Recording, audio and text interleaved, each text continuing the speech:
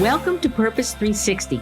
I'm Carol Cohn. And I'm Chris Noble. And we're on a journey to explore the brightest and most innovative minds and initiatives in social purpose. Today, companies and brands must stand for something meaningful. They have to have a social purpose and bring that purpose forward to their employees, their customers, and their community. Each episode, we're talking to leaders at Fortune 100 companies, global brands, social enterprise startups, NGOs, and everything in between. We'll be taking a deep dive to learn how they are integrating purpose into their organizations to benefit both business and society for enduring impact.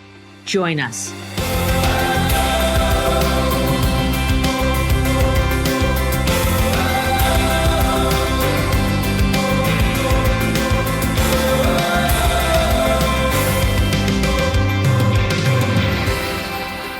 Welcome to Purpose 360.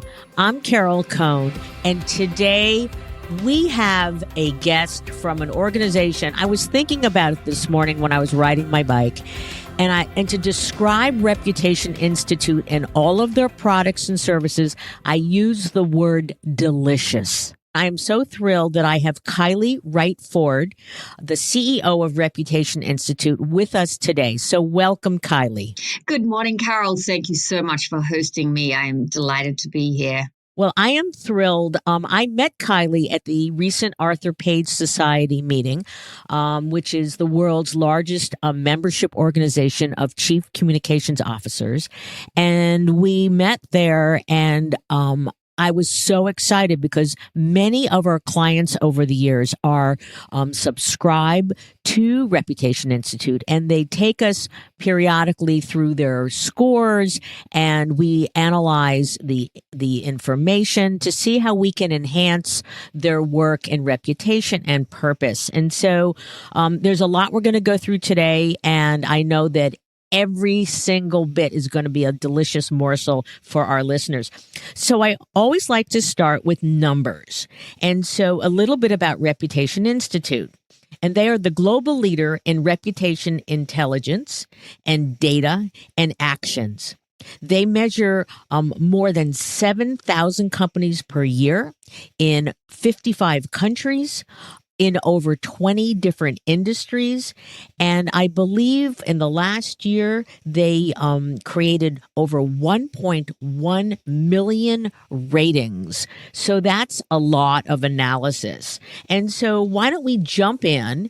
And Kylie, can you please share a little bit about your background and what led you to become the CEO of Reputation Institute? And then what is your role for RI? Certainly, I'd be glad to. Carol, I joined RI just over 15 months ago, so I'm relatively new to the company, although we have been around for 21 years. We just celebrated our 21st birthday in 2018. And when I was first called by an executive search firm about the opportunity, there are a number of things that intrigued me. But granted, I had not actually come across the company, which is a different story altogether because of the profile that we keep and the space that we play in. But there are a number of things that intrigued me about the company. First of all, the company's story. The founders intrigued me. There are 4 co-founders, and they are still all involved in the business. I can't think of another story where that's the dynamic that exists. And we all work happily, bringing our unique talents and experiences to the opportunities and challenges for a company that's in a thriving and very fast-moving environment. So I was intrigued by the story. The second thing was that I sensed that reputation was in the air and a bigger macro trend was afoot. So I started to research what companies play in the space and realized that this was the true market leader. I have a career rule for myself, which is working for market-leading companies because I love how hard it is to innovate, but also how rewarding it is when you do a great job when you're the market leader. So that was really interesting to me. So finally, you always want to join somewhere where you think you can make an impact. And the company needed a change agent and someone that cared deeply about culture as well as business success. So those factors all intrigued me about RI, and here I am. And what a wonderful place to be at this point in time where transparency afforded by social media and just a dynamic communications environment makes reputation absolutely critical for every single one of our listeners, no matter if they're a for-profit, a not-for-profit, or an association, or even individuals. So you've been there about 15 months now. So what is your vision for continuing to build on the fantastic products and services of RI? Oh, wow. There's so much underneath that question, but let me start with the high level vision, which is my vision is to bring to life the power of our company by providing the global language of reputation. Our model is unrivaled. That's the RepTrack model, which I know we'll go into a little bit later, but it's unrivaled as the model for measuring how companies, cities, and leaders are perceived. And so it's been rigorous enough to withstand 20 years of academic analysis and scrutiny by some of the biggest companies in the world. But it's simple enough, as you mentioned, to work with companies, nonprofits, academic institutions, and government organizations. And so I want to really bring it to life. We've been modestly doing our business for 20 years, yet we work with almost 500 of the world's largest and most prestigious companies. And so now I think it's our time to come out and really set the language of reputation and make a bigger opportunity for ourselves, but also a bigger impact on the world. So how do you define corporate? Let's focus on corporate here mostly in this discussion. On corporate reputation, why is reputation so important today? Very simply, how we think about corporate reputation is that it's an emotional bond that stakeholders have with a given company or entity. It's a reflection of how well a company has been able to keep the promises that they've made to their constituencies. And this is an interesting point because if I'm at a dinner party or anywhere interacting with people and they ask me the difference between brand and reputation, the conversation turns very lively very quickly. And what I like to say is the brand is your promise. Your reputation is going to be a reflection of whether you kept your promise. It's sometimes like looking in the mirror and seeing what you see, and that is your reputation. So there's a rational piece about reputation that defines how I think about the company, and then there's the emotional bond that I have with it. And how has the rational and the emotional changed in recent years? We're seeing so much about emotions, whether emotions in our government, whether it's CEO activism. It seems that there's a lot more of the yin and yang of a company's reputation and how it behaves today. There is, Carol. I mean, it couldn't be a more interesting time, and everybody's grappling with how to manage the change in demographics, the rise of technology, impact of social media, and the sheer speed at which things change right now. And reputation used to be something that people thought about on a more individual level, for example, a leader reputation or something. And now people have realized that companies can have them and they can be measured. You're so right that CEO activism and movements have really changed the way companies need to think about how they engage with their audiences. And so the emotional and rational have become much, much harder to dissect in terms of companies having more data than ever, but not knowing how to move out the noise and get to the signal. And that's what we help them to do. The emotional piece of it has become more important than ever.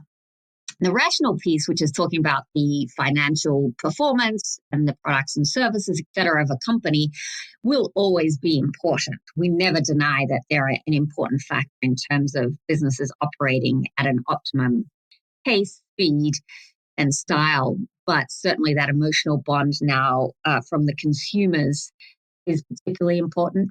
Also, investors are increasingly caring about things like purpose, which is partly what we're here to talk about today. So the emotional is definitely on the rise. So that's great. So let's talk about your major product, which is RepTrack. And if you can explain the 7 components and the dimensions, and then once we begin to talk about that, I eventually want to talk about how you have a product called CR, Corporate Reputation RepTrack. So let's talk about like the mothership, and then we can go into the corporate responsibility product. Sure. So RepTrack is our core product, as you mentioned. And let me tell you a little bit about how it was developed and when and why. So first of all, one of the important things that many people don't know about our business, because they often interact with us when there's a moment of crisis or the communications team is looking for a new way to measure and diagnose where their reputation is and then make action plans around it.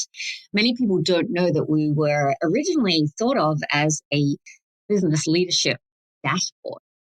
So our co-founders got together. They were both academics, one in the business school and one in the communications arena. And they got together and they developed this business leadership dashboard called RepTrack. It was developed over a period of 3 years. It was the late 1990s. And our two founders are Dr. Kees van Riel and Dr. Charles von Brum. And it was the first system of its kind to actually measure reputation. They saw an opportunity for companies to use reputation as a competitive advantage. So it had a very hardcore business element to it. And over time, we worked with communications teams to help them with the data that they needed to be successful. So at its core, it's made up of 3 components. One is your reputation as the emotional connection that people have with you. And when I say people here, I mean people in the informed general public, I mean investors, employees, and influencers who are an increasingly important part of the environment. There are 7 dimensions you asked me about. So let me run through them very quickly, Carol. They are products and services, innovation, workplace, which is about how much you care for your employees, fair rewards, etc. Governance, which is about being ethical, transparent. Citizenship, which is positive environmental and societal influence. Leadership, a very important aspect. People are looking for strong leaders who are well organized. And performance, which is about the profitability and the growth outlook. So they're the 7 dimensions. And finally, a really important part of the model, which makes it actionable, is that the RepTrack model identifies supportive behaviors that people will take as a result of your reputation. Very simply, people are more likely to buy from, work for, and invest in companies they like and have an emotional connection with, which is what our reputation is. And you have in this model, there's a center part that you call feel, which is more of the emotional. Can you talk a little bit about that? Because I love you got the rational, you've got the behavioral, but then you've got the feeling part. Lovely. So you're mentioning our pulse score. You mentioned in the outset, Carol, that we do score companies. And the reason that is important is not because of the score itself, but it's the ratings that all lead up to that score. That is, we work with companies not just to measure them in a point in time, but to measure how they change over time and to help them prioritize activities against the dimensions that matter the most to them. And so at the core of it, though, there's a pulse score. As you mentioned, it's about whether you trust, esteem, and feel good about a certain company. And it's out of 100. And so companies take that score and then they drill down further to work out where they need to make up some ground and where they're strong. And sometimes they need to take more action and sometimes they need to communicate more. So we help them to work out which one is needed and when and where. Because like I said, the world is filled with plenty of data. What we're trying to do is synthesize that so that we have action plans companies can use. Yeah, that's what I feel is brilliant about your model. And that's where I've sat actually in meetings with your colleagues and clients, and they've talked about each of the separate elements and then how they can enhance, they can tune it up, they can tune it down in terms of their actions. And so I love it. It goes far beyond data. But I also know that clients love to be on lists and they love to be higher than they've been before or higher than a competitor. And so you've had a long relationship with Forbes where you publish your annual Global RepTrack 100. Can you talk a little bit about that? And also, everyone wants to know who's leading in 2019 and perhaps why. Absolutely. And you're right that everybody does love to be on lists. And we have been in that part of the business for a long period of time. And I feel so proud when I walk into organizations. And in fact, I walked into Barnes & Noble the other day, who came at the top of our 2019 retailer list. And I was walking in there with my little girl who's 8 years old. And I walked past a sign in the middle of the store that had their ranking as the number one retailer, sourced by Reputation Institute. And I was so proud. I That's snapped a great. photo and showed my That little makes you girl feel good. to showcase the work that That's I great. do. And so we have been in the business of providing guidance as to how companies rank. Our main purpose in doing that is for people to be aware that you can actually measure reputation and that it's valuable in that you can then see how you benchmark against other people within your industry or your geography.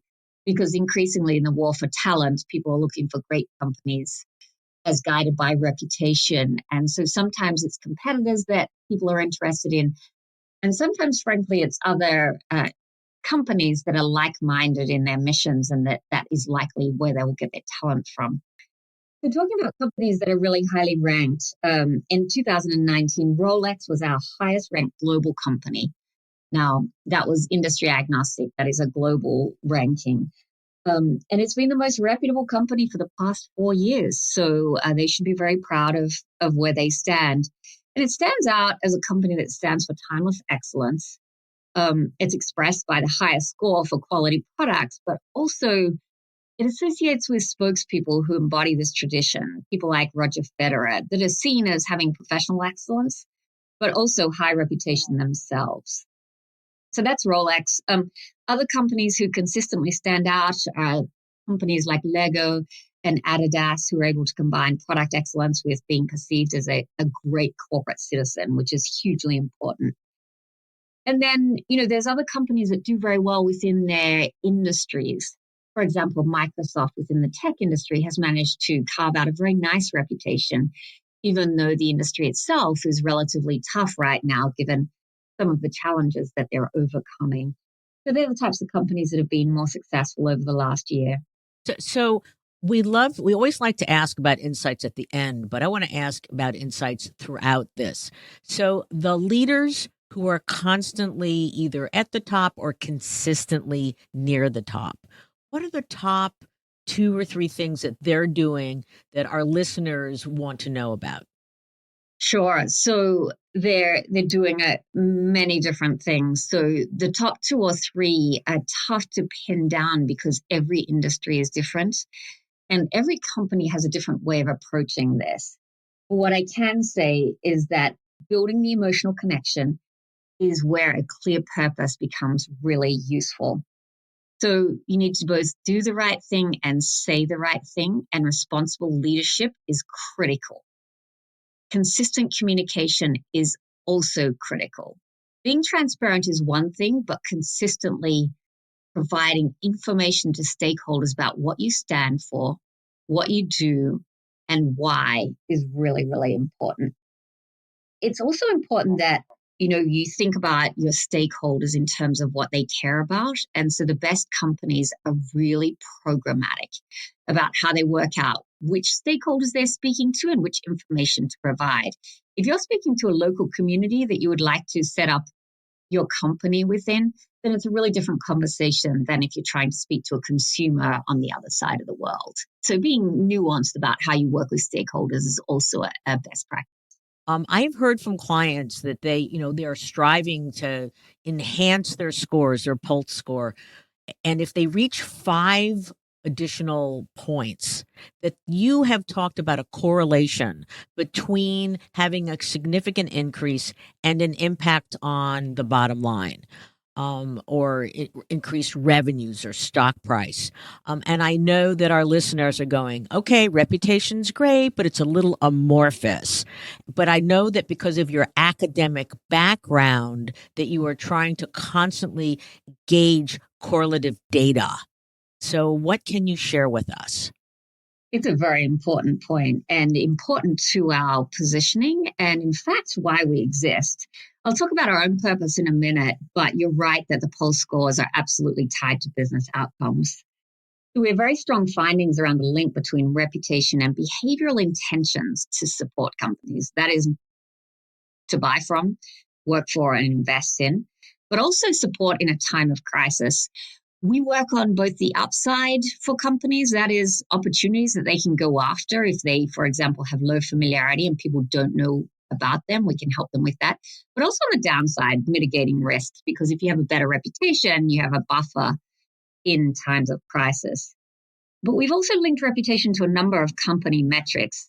The most reputable companies on a stock exchange outperform the average market by a factor of 2.5 times when it comes to valuation. So that's pretty significant. Highly reputable companies are also more creditworthy, and they tend to get better credit ratings, which means cheaper credit. And we've seen that a 1-point increase in this score that you speak of, that we've been talking about, yields a 2.1% change in market cap. So we work with many big publicly listed companies, and that can translate into about $1 billion of value. So it's really a big factor for us. We also find a very direct correlation between reputation and impact on sales, let alone the workplace ramifications. We all know now that there is so much to learn about companies and their workplace from different websites that you can go to. And a company reputation with future employees is very, very important. No, you know what I would love to see, and I don't know if you do it, is that we're hearing the number one consistent need from companies to have a stated purpose and to activate it is employee recruitment and retention. And do you have any data yet about the cost to replace an employee, especially a senior manager, is expensive? And I don't know if you have done that drill down in terms of reputation, actions, the emotional impact on employees, and the retention issue? It's a good question. In fact, I wrote a book in my time off between my two roles, if you can call writing a book time off, I guess, because it's quite an endeavor. And we did look into the cost of replacing employees there, and it was a staggering number. Once you think about the training, the onboarding, and the cultural impact of churn on the workplace. So definitely we have looked into that, and it's significant.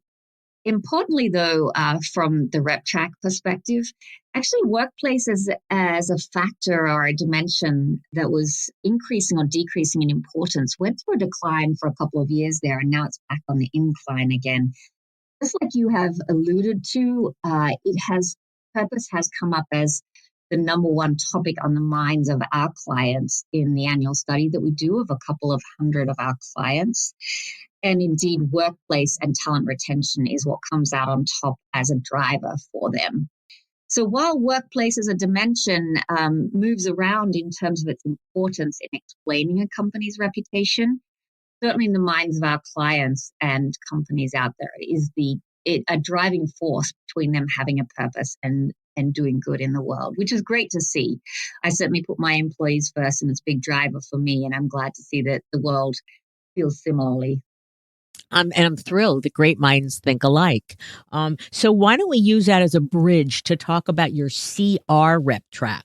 Because I know in that product that you're focusing deeply on citizenship, governance, and workplace. And so can you share with our listeners, what is that product? What are you learning? And I'd love you to go deeper on, why do you think purpose today is the number one, from what I'm hearing from you, issue that companies are seeking to crisply define and activate? In general, Carol, we see a really strong positive correlation between corporate responsibility and corporate reputation. That's logical and intuitive, but what's important out of our data is that companies that may not have a stellar reputation need to prioritize corporate responsibility more than ever.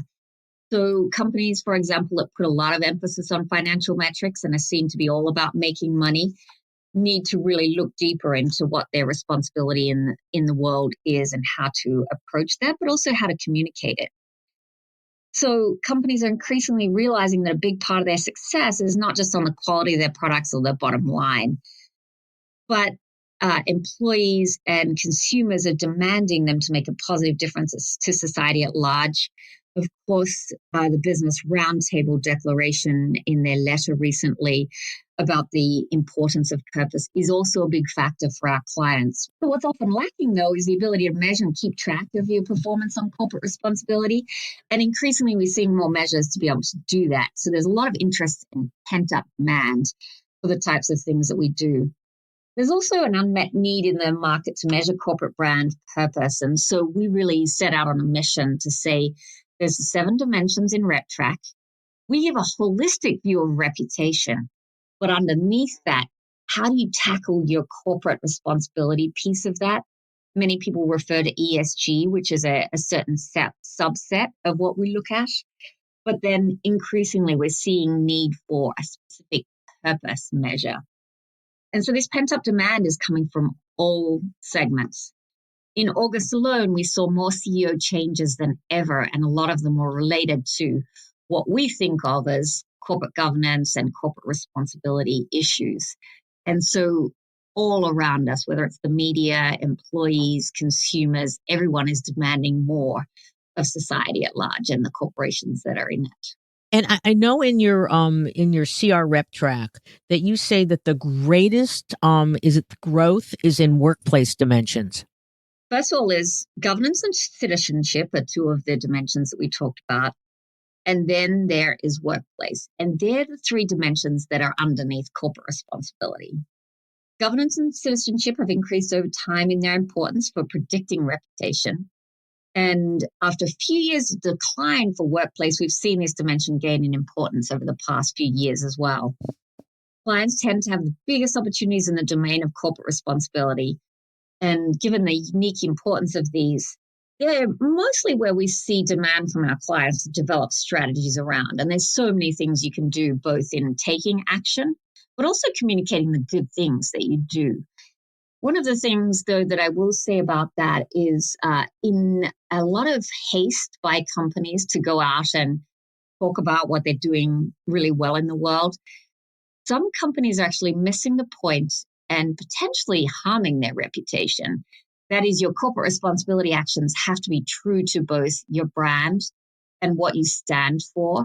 It can't be corporate responsibility for the sake of being seen to be doing good things. Yeah, purpose washing or evoke washing, as folks at Unilever have talked about, that you're saying that you have to be authentic in your actions. You just can't have a splashy advertising campaign or a special event. It needs to go deep. Correct. Yeah. And companies that do that well, for example, Danone, they both talk the talk and walk the walk, in our opinion. And I think it's great to look to those type of companies. But it's also, I think, fair to say that companies that wrestle with it because they're not Patagonia or their product and service is not necessarily one that lends itself easily to a natural line for consumers, I say to them, you can absolutely do so much good in the world, and it doesn't need to be consumer facing. Many big B2B companies are finding amazing ways to position themselves and to both talk and walk in the right way. And so it's a nuanced subject that people really do need to get sort of strategies around and be really intentional about. Great. And of course, all your work is going to help companies to be much more intentional. So towards that end, I in our conversations, you said you're developing a new product. It's not available yet, but you're calling it Purpose Track. So obviously, my ears perked up on that. So I know you can't talk about it in totality, but can you give us a little bit of insight into what's going to be in this? What role is going to play, again, in up-leveling the both strategy and actions of companies related to their purpose?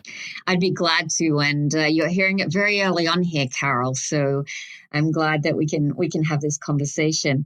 But as we discussed, like what companies and organizations stand for above and beyond their own financial interest is increasingly on the mind of both business leaders and consumers. We hear out of Davos and by the Business Roundtable how important this is. And even when you see hedge fund managers like Larry Fink speaking about it, we know that this is a topic that is on the mind of everyone.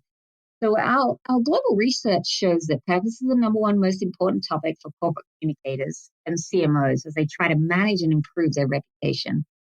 So the challenge that company leaders are facing, though, is how to measure, and purposeful shareholders think they have an idea about who has good purpose.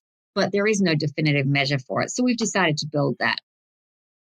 We're actually in partnership with a company called Strawberry Frog, which is the world's first movement marketing, advertising, and design agency based in New York. Wonderful company. And we came together because they have been tracking movements for so long and seeing the impact that companies can have in the world. And we've been tracking companies for so long, and we understand how they work. And so we've come together. Purpose Track is the name of the model. The Purpose Power Index is what we will be releasing in November. And then we'll be launching it further at Davos with intimate conversations. So it's going to answer some questions, some critical questions. One is, how does your purpose resonate among stakeholders? The second is, how is your company's messaging around purpose? Is it clear? Does it align with the values of the audience and the goals? And what content and actions companies focus on? So it's going to be super actionable and insightful.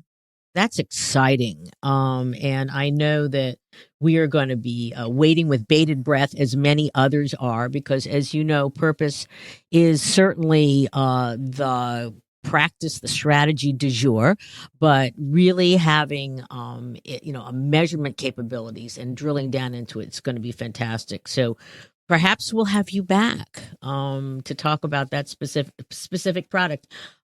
In terms of another product, you also have CEO Rep Track. And we were fascinated to see how the visibility and the reputation of the CEO will also reflect into the company's reputation. And that in itself does have either positive or negative influence on the valuation of a company. It certainly does. And the dynamics of political, social, and technological changes are impacting the roles of CEOs worldwide. It's a very interesting and very challenging time, frankly, for the CEOs. And interestingly, our work usually ends up on the CEO's desk, even though we might be speaking daily with the corporate communications or the marketing or strategy teams. And so based on that, we decided to track CEOs over time and see what we could learn so that we could be more helpful to them. And so unsurprisingly, the CEO's reputation can impact that of the company and vice versa. So it's both an opportunity and a potential risk.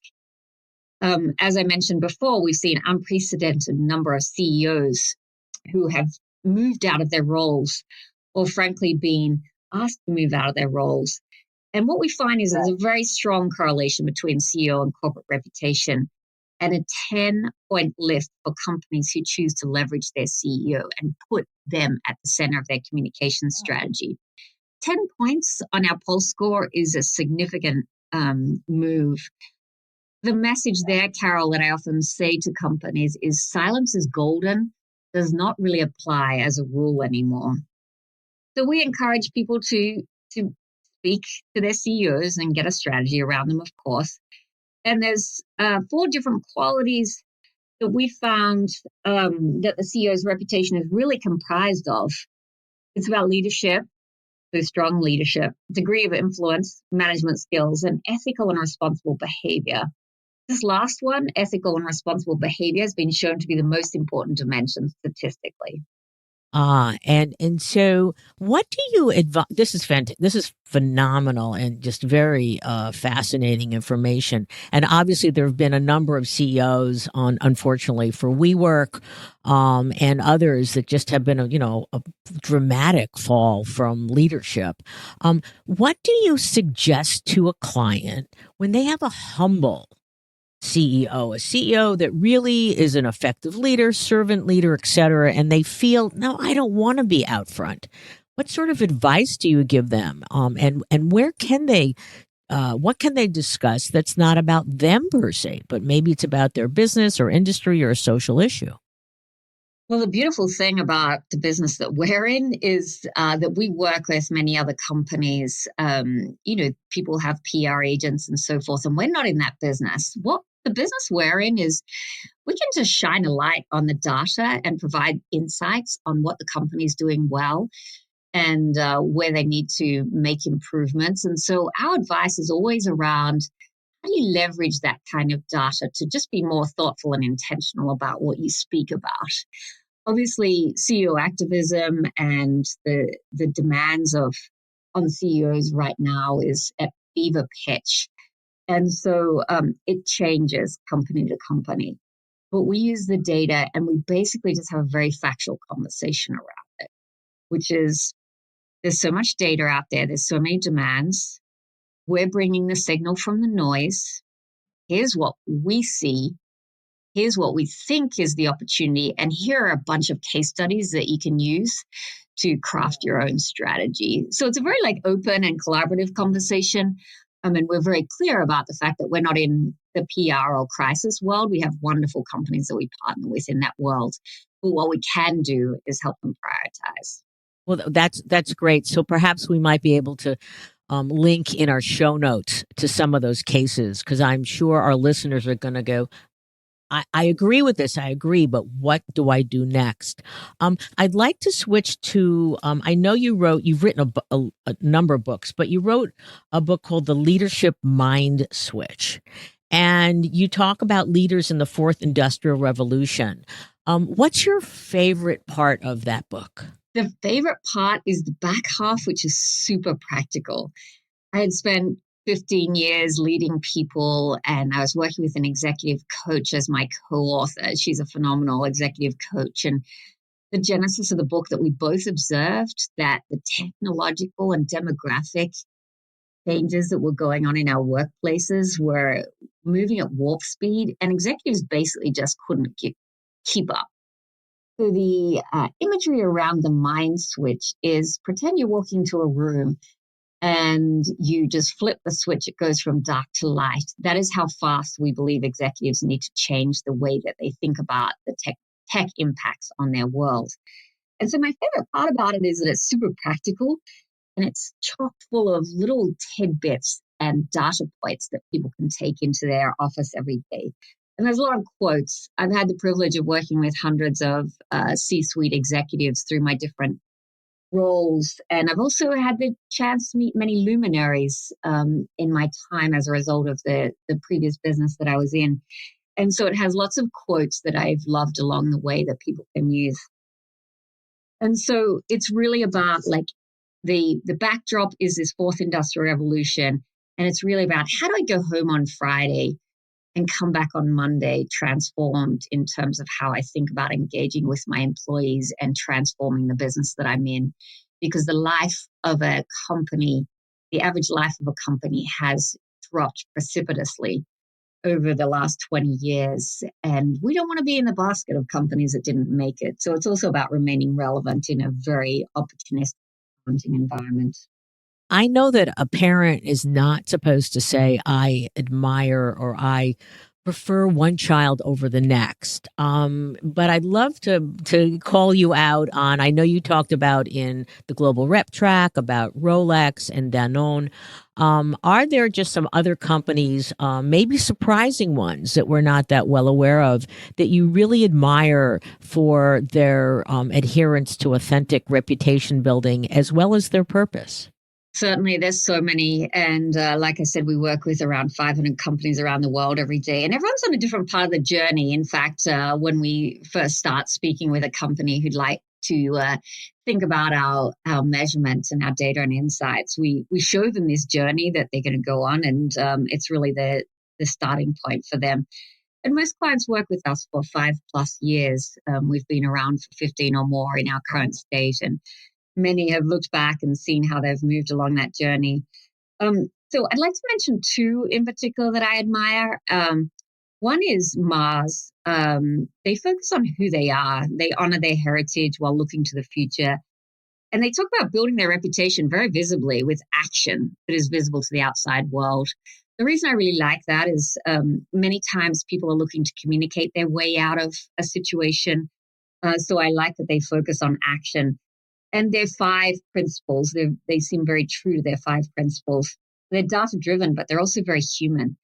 And that's really important in a world of artificial intelligence. Companies that can keep that human touch do better and resonate more deeply with stakeholders. I also like in the tech sector, I like Cisco, who are very programmatic and thoughtful about their their reputation and do very well on leadership, which is nice to see. So I really like the way that they approach it. I'm very much drawn to companies that are proactive as opposed to reactive. And I'd say these two companies both strike me as proactive and thoughtful about it. But there's so many more. We work with some wonderful banking clients who are very thoughtful about it. And the banking sector has had many challenges, whether you're in the US and have had all of the factors that we know about post 2009, or in Australia, where we have a very strong presence. And I think Commonwealth Bank has done a very, very nice job. They're navigating a challenging environment in Australia. So there are many companies, Carol, but they're just a few. How about, is there a company that would surprise us? They could be really quiet, or they're in an industry that you wouldn't think. They might be an industrial industry that you really admire. I'm going to say Pirelli. Okay. And why that surprises me is not so much that they're a wonderful company, because they are, but I really admire the way that the tire companies have garnered sort of such passion from their audiences. And I think they're very committed to sustainability, and I really like to see that. And so they're one that stand out to me when you ask me what's surprising. Well, they take their products role very seriously. Mm-hmm. We're unfortunately getting to the bottom of our show, and I've asked you for some insights along the way, but I would also like to ask you, what do you say to, we've got listeners who aren't working with you. They understand they're on a purpose journey. They want more data and information. So what should they be thinking about to really up their game in terms of intelligence, to help shape their purpose strategies and journeys? What I'd like to say in response to that, Carol, is one of the things I'm most passionate about in the work that we do is that I think we play an important role in uniting leadership teams around this idea of reputation. There are so many actions that they can take because there are so many different stakeholders that they're working towards. But imagine a world where you have a fully aligned management team at a company that knows what its purpose is, has an action plan for each of its dimensions, the ones that we've talked about, because corporations are very complex beings, and they have an action plan per country. And so the data and insights that we like to bring to people is all of the granularity that you need to fulfill that ambition. So aligned management team around a strong purpose, understanding the levers underneath these 7 dimensions that we talk about, and then having action plans on a geographic basis. That might sound like a tall order, but it's totally achievable. And so that's what gets me up in the morning. We're in a time of history of enormous opportunity and challenge in the corporate world, but I couldn't be more optimistic, at the same time circumspect about how we navigate it as a society. And our own purpose is to prove that doing and saying the right thing is a good investment. It's our life's work, and we're really proud of it. And for companies that we don't currently work with, I'd say it's totally achievable. And the action items that you need to take are, first of all, get the data. Second of all, align the team around it. Third of all, have really clear action plans and strategies to prioritize, because the world is noisy and there's much to be gained by chasing after the opportunities as well as mitigating the challenges that you have. Oh, that's perfect. That's great. I know that I've heard at various conferences and in other conversations that there's a question on people's minds: is purpose the current shiny red ball and or object, and is it going to go away? And I mean, I have my own point of view, obviously, but I'm curious about your point of view. What's going to happen to the future of purpose? I don't believe it's going away. I don't believe it was too far out of range in the first place. People have been talking about purpose for a very long time, and buzzwords will come and go. But at its core, I think about the existential questions we have in life. What is my calling? And we often think of that as an individual. And so I think of purpose as the calling for the company. And I believe every company should have one. For some companies, it's easier because they have a rich heritage and legacy. And I've really enjoyed listening to some of your podcasts, Carol. I particularly enjoyed the REI and Thank you. the Kohler podcast on your show. And I think about that, they have a rich heritage and legacy. And so their calling might feel easier, but every company can have one. And it's really just to align the team around and to give your employees a reason to get up in the morning. But this is not going away. As I said, technology changes and demographic changes are here to stay. And it's just going to move faster than ever, even if we change the name or the buzzword that we're talking about at the time. So I think you're on a good thing. Your podcast is safe forever. And I hope my work continues to be safe forever. So in closing, this has been a fabulous conversation, and you are so smart and articulate. And I hope that the founders of Reputation Institute know that they have a brilliant CEO at the helm. Is there one or two or anything else you'd like to add before we have to say goodbye? Only that it's a fascinating time. There's much to be read and seen. And so, it would be remiss of me not to make a nod back to my co-founders. All four of them are still in the business, and we have a very strong relationship. But we literally wrote the book on reputation. So I would highly recommend that to your readers. It's by Dr. Charles Bumrum. And also, our website has a lot of blogs and podcasts and sports movies to look at if you're thinking about reputation. And so it's a wealth of knowledge. And so that's the only last thing I would say. Well, you've done an incredible, service to corporations and CEOs and purpose leaders, even countries and cities with this. It's not just data, but it's how to use it and insightful. And I love, Kylie, that you've talked about, the global language of reputation and breaking the signal from the noise, and your profound comment about uniting leadership teams.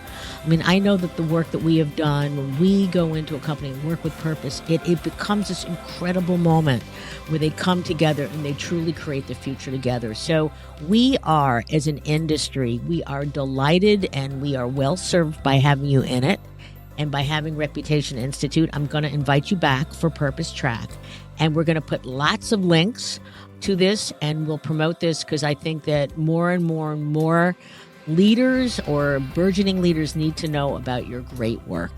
So I thank you for your time, Kylie Wright-Ford, CEO of Reputation Institute. It has been an absolute delight. As I said, it was a delicious opportunity, and I hope you're going to come back. Thank you, Carol. I'd be glad. I really appreciate it. Okay, great. Well, thank you. And I'd just like to ask our listeners again, we'll leave with the question today: what is your purpose?